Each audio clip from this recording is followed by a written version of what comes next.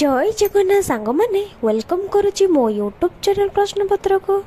चलतु आज सुंदर सुंदर प्रश्न उत्तर वीडियो स्टार्ट करनबा।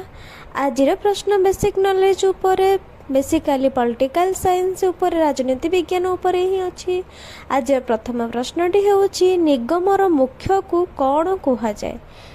एटा तो बहुत ही साधारण क्वेश्चन प्राय समस्त को जाना थिबो। Option A mayor, option B बाचस्पति, ऑप्शन सी सभापति, ऑप्शन डी अध्यक्ष। यार सठिक उत्तरटी हेउछि ऑप्शन ए मेयर। नगर निगमर मुख्य को मेयर ही कहा जाए। चलंतु परवर्ती प्रश्न आलोचना करबा।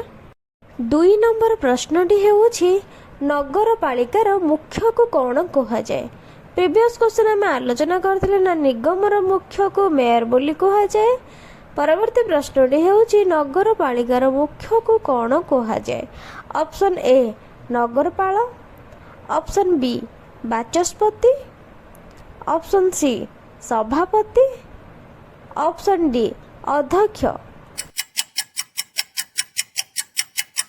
यार सठिक उत्तरटी हेउछि ऑप्शन ए नगरपाल। नगरपालिकार मुख्य को नगरपाल बोली कहा जाए। 3 नंबर प्रश्नटी हेउछि छोट छोट सहर मानकरे थिबा स्वायत्त शासन संस्था को कौन कहा जाए।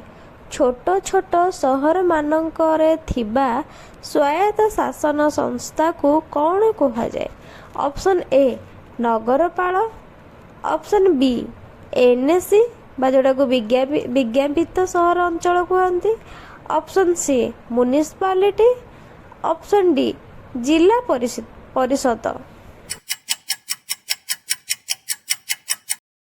यार सठिक उत्तरटी हेउछि ऑप्शन बी एनएसी। छोट छोट सहर मानकर थिबा स्वायत्त शासन ना हेउछि एनएसी। आज एतिकी। जय जगन्नाथ। जदि मो वीडियो भल लागुचे लाइक शेयर सब्सक्राइब। रहिले बाय बाय।